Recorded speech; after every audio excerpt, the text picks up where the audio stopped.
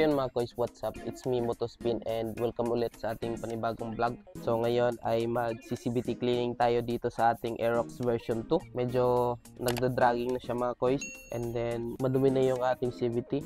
Lilinisan na lang natin mga kois. Siyempre meron tayo ditong impact wrench na kilat at yung 8mm na deep socket wrench para pangtanggal natin dito sa tornilyo sa crankcase niya. Itong motor natin mga kois, tinanggal na natin yung plastic cover dito sa crankcase niya kasi naglagay tayo nitong Aerox na crankcase acrylic cover. So nakita niyo naman sa last vlog natin na nagkabit tayo nito. Panoorin niyo na lang mga kois.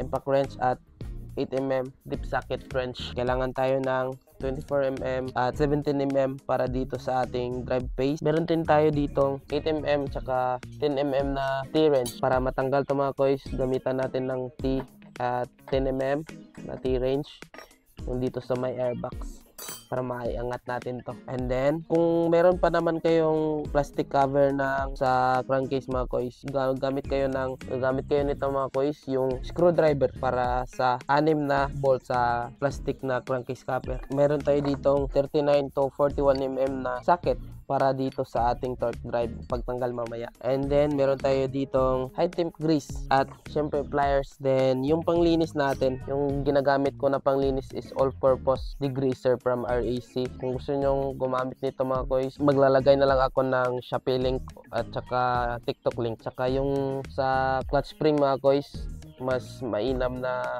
meron kayo nito. Yung paglagay ng clutch spring, madali na lang magtanggal at magbalik kapag meron ka nito.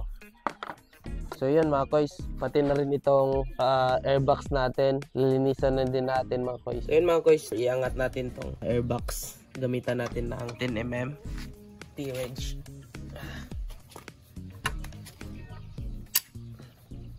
Dalawang tornilyo lang mga kois na 10mm. Dito naman banda mga kois, tong may hose dito, tanggalin mo lang mga kois. Yan, may clip siya. Tapos hugutin mo lang yung ayan, nahugot na natin. Yan. Ayan, maiangat na natin yung airbox. Tanggalin na natin yung 10 bolts dito sa crankcase.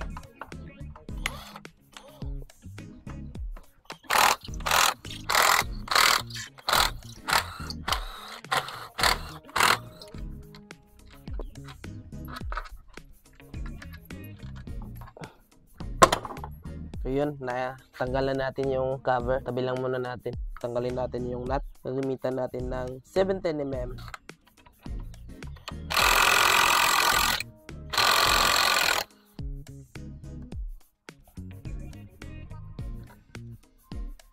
So ayan mga kois, kunin natin yung drive face. At may washer siya. Dito nakalagay. So yan. Medyo hindi talaga sumasagad yung stock. Dito naman sa clutch bell, yung gagamitin natin na socket is 24mm.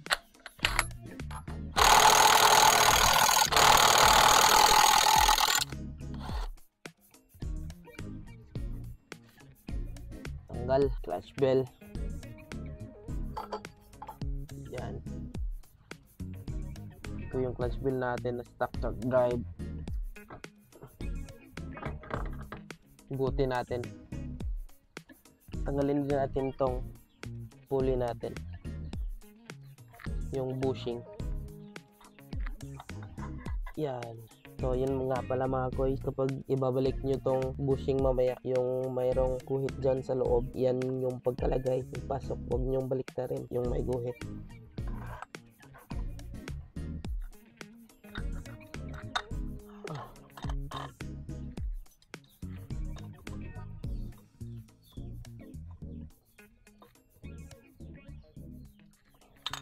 Yung washer na mga kois. At ayan yung panggilid natin. Sobrang dumi na. Yan.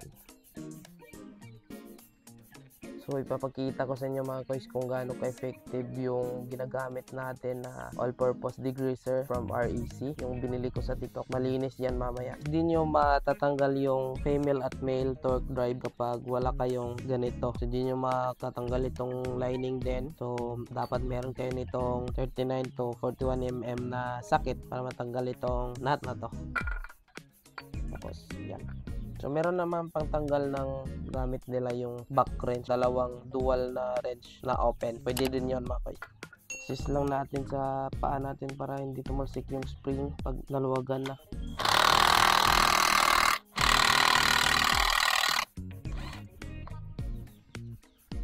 So yun, tanggal mga koys.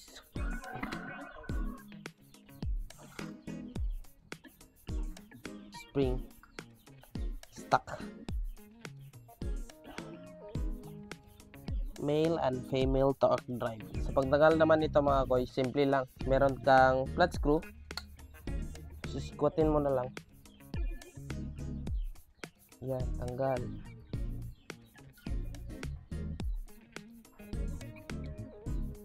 Yan, tanggal yung tatlo. Basic lang. Angat mo lang to.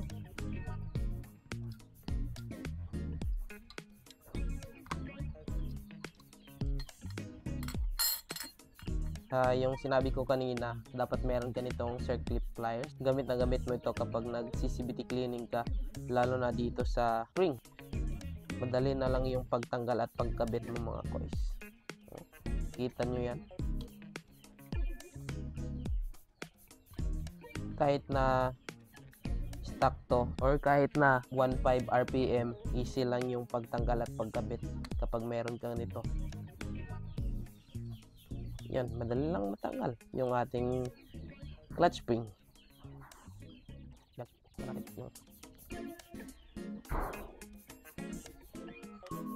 Yan, mga guys. Ugutin mo lang. Isa-isa. Meron siyang tatlong rubber dito. Pwede mo din siyang tanggalin pag naglilinis ka. Yan. Kapag gas yung ginagamit mo na panlinis, ay tanggalin mo na lang siya mga koys para hindi siya mag-expand or masira. Nakasira kasi ng goma yung gasolina. I-disassemble natin yung female at saka male torque drive. Tanggalin natin to. Yan. Puresahan mo lang mga koys sa paghugot.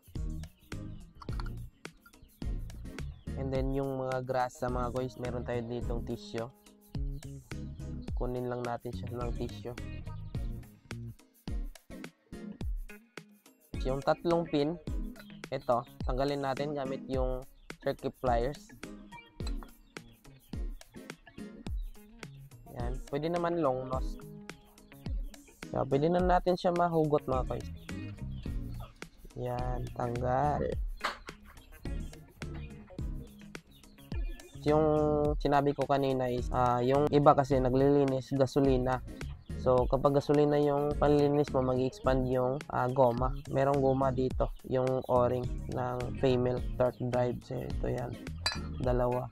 Tapos mayroong dust seal or seal sa ilalim din meron. So may expand yan mga koys kapag gasolina yung panlilinis mo. Depende na din sa inyo mga koys. Meron namang mga mekaniko na expert dyan. Basta based on experience na din. So start na po tayo maglinis mga koys. Yung inuna natin is may pulley at saka drive face.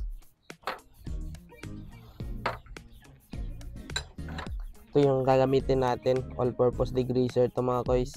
Isang galon. All-purpose degreaser. Ito naman ang dumi mga koys.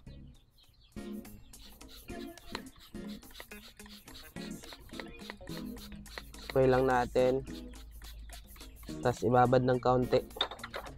O pwede naman hindi na ibabad mga koys. Basta i-brush mo na lang.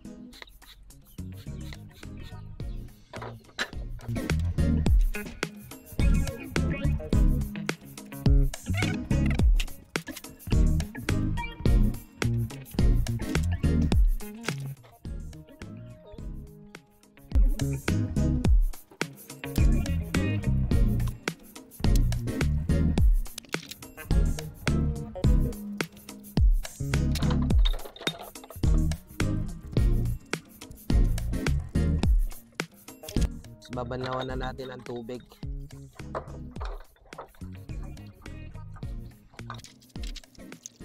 Para lang naghuhugas ka ng plato. Yan, at itabi lang natin mga koys, papatuyuin natin.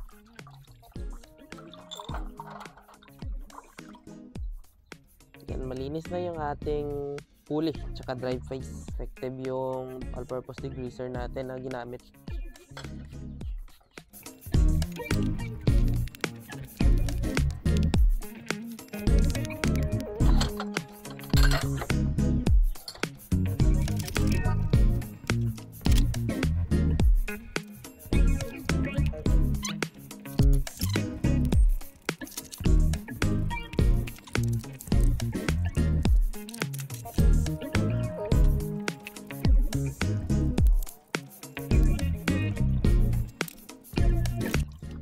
Yung bell natin is ang pangit na.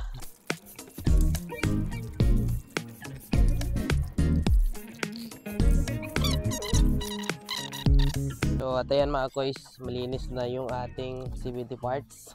Papatuyuin na lang natin to bago natin ikabit.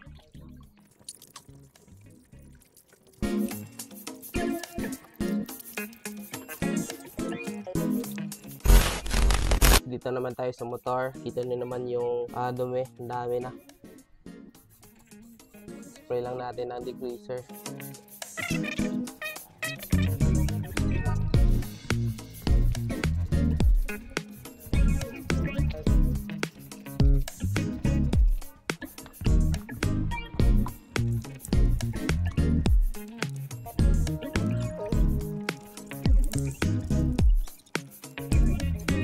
Babanlawan na natin ng tubig.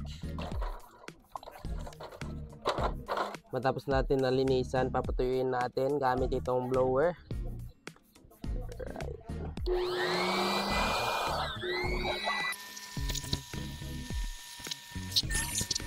Stock na clutch bill natin is medyo smooth na yung groove nito. Hindi kasi naka-groove yung stock na natin. Balak ko sana ipag-groove pero wala tayong budget, so ito na rin yung gagamitin natin, yung liha.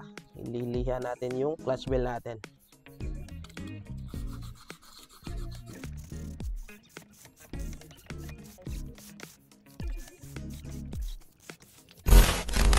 Pagkatapos nating linisan yung ating CVT part, i-assemble na natin mga koys. Yan, meron tayo ditong high temp grease. Dito na tayo sa torque drive. Pasok natin yung female. Ayan. 3 pin. Assemble natin. So yun mga guys, lagay natin yung 3 pin dito sa torque drive natin. Yan. At lagyan natin ng grasa.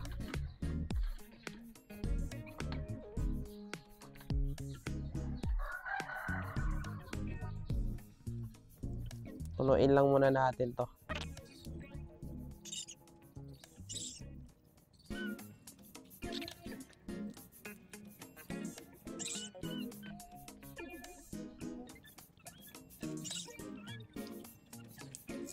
At lagyan na natin ng grasa, ilagay na natin to.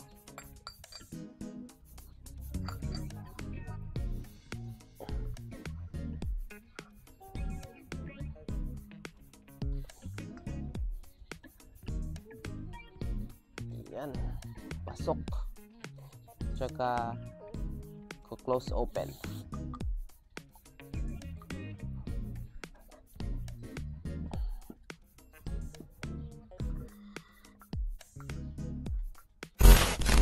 Tapos na natin nalagyan ng grasa mga koys. Tabi lang muna natin to. I-assemble lang natin yung may clutch lining at saka clutch spring. Lagyan natin ng konting grasa itong 3 lagayan ng clutch lining para smooth yung ating clutch lining pag bumubuka.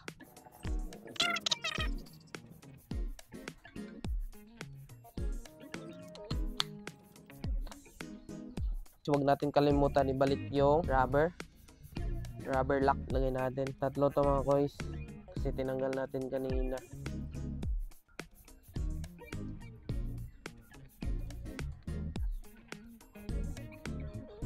Yan, lagay na natin yung clutch spring. So, pagbalik mga koys, circuit plier pa din yung gagamitin natin. Pasok.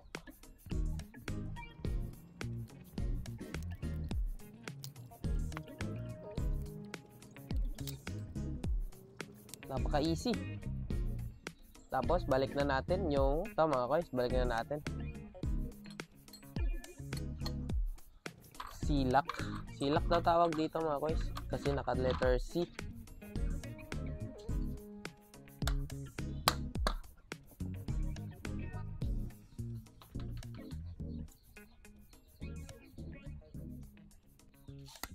Yun. Basic.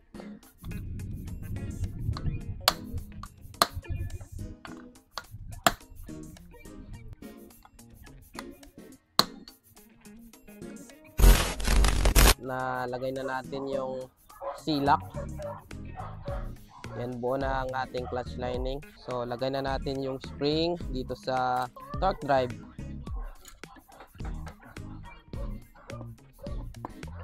So, yan. Ilalak na natin. Pitan na natin.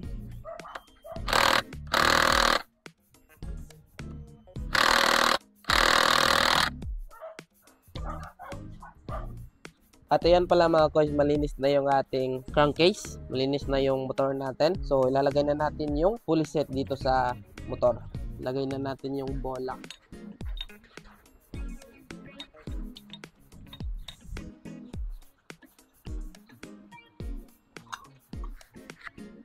Lagyan natin ng grasa ng kaunti. Konti lang. Tapos, balik natin to. Lagay na natin yung pulley mga koys at yung bushing. So, sabi ko kanina mga koys, yung may guhit. Yan, pag ganyan yung paglagay. Bawal mabaliktad mga koys. Yan. Swak. Tapos yung washer. Yan mga koys, para naman malagyan yung ating torque drive ng grasa, ito yung gagawin natin mga koys. Lagay tayo dito ng grasa. Tsaka natin ipasok yung torque drive. Ikutin lang natin. At tanggalin. Yan, tingnan lang natin sa loob mga koys kung napasukan ba ng grasa. So, sakto mga koys. At yung excess, kunin lang natin. Lagay natin yung belt, yung pulley, yung malaking washer, at yung nut.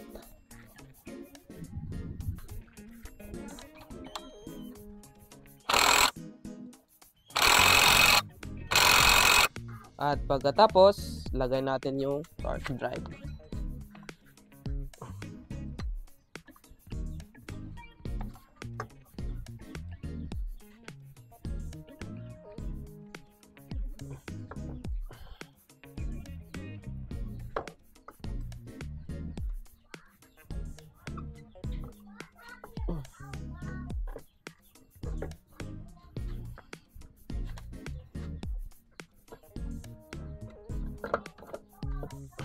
Clutch bell. Alright. 24mm na nut. Hand tight lang muna natin. 24mm socket wrench. Nahigpitan na natin.